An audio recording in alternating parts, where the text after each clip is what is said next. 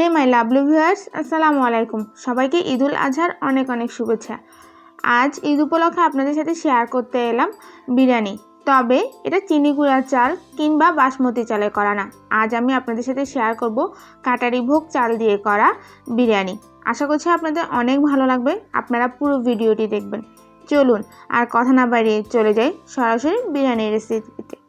কাটারি ভোগ চালের বিরিয়ানি করার জন্য আমি এখানে 750 গ্রামের মতো গরুর মাংস নিয়েছি।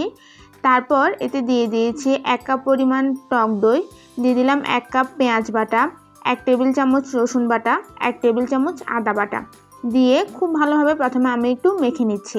আমি গরুর মাংস ব্যবহার করছি, আপনারা চাইলে খাসি, মুরগি, মহিষ যে কোনো মাংসটা দিয়ে এই বিরিয়ানিটা করতে পারেন।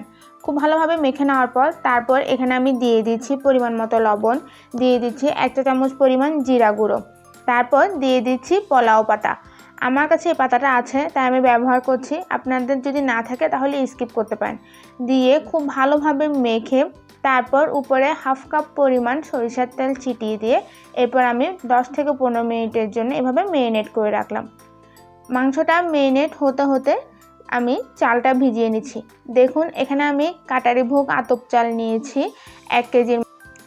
কাটারি ভোগ দিয়ে করতে হবে কথা নেই, আপনারা চাইলে চিনি গুঁড়ো কিংবা বাসমতি দিয়েও করতে পারেন। তবে চিনি গুঁড়ো বাসমতির দাম তো একটু বেশি, তাই রেগুলার খাওয়ার চাল দিয়ে আজকের বিরিয়ানির রেসিপি।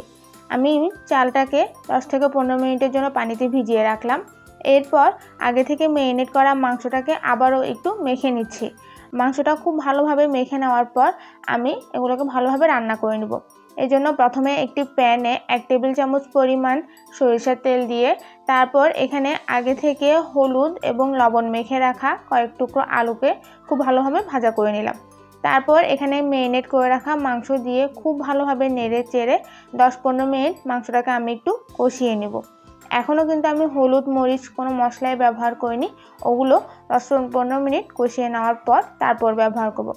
10-15 মিনিট ভালোভাবে কষিয়ে আবার একটু নেড়ে চেড়ে যে পাত্রে আমি মাংস মেরিনেট করেছিলাম সেই পাত্রটা একটু ধুয়ে তারপর সে পানিটা আমি মাংসে দিয়ে দিলাম।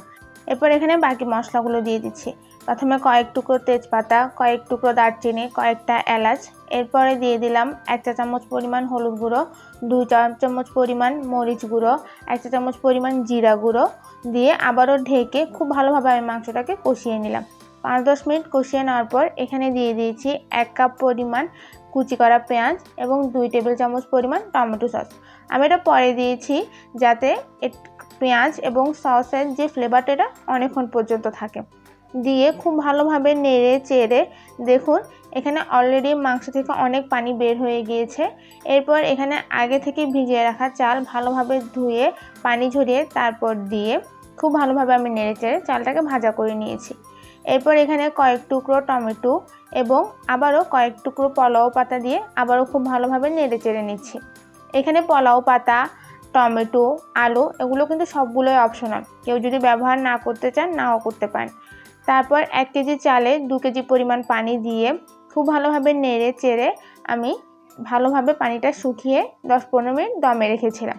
10-15 মিনিট পর ঢাকনা খুলে এখানে কয়েকটা ফালি করা কাঁচামরিচ এবং 2 টেবিল চামচ পরিমাণ ঘি দিয়ে একদম লো আঁচে আবারও 5 থেকে 6 মিনিট পর্যন্ত দমে রাখবো। 5 থেকে 6 মিনিট পর ঢাকনা খুলে এই তো একদম ঝটপট তৈরি কাটারি ভোগের বিরিয়ানি। চিনি গুঁড়ো চাল কিংবা বাসমতি চাল ছাড়াই খুব সহজভাবে করা সিম্পল বিরিয়ানি রেসিপি। আশা করছি এবারের ঈদে এই ধরনের সিম্পল একটি বিরিয়ানি রেসিপি আপনারা ট্রাই করবেন। কেমন হলো অবশ্যই কিন্তু আমাকে কমেন্টে জানাবেন। ভালো লাগলে লাইক আর শেয়ার করতে কিন্তু ভুলবেন না। নতুন হলে সাবস্ক্রাইব করে বেল বাটনটি এখনই প্রেস করে দিন যাতে আমার পরবর্তী রেসিপির নোটিফিকেশন খুব সহজেই আপনি পেয়ে যান। সবাই ভালো থাকবেন। সবাইকে আবারও ঈদের শুভেচ্ছা। আল্লাহ হাফেজ।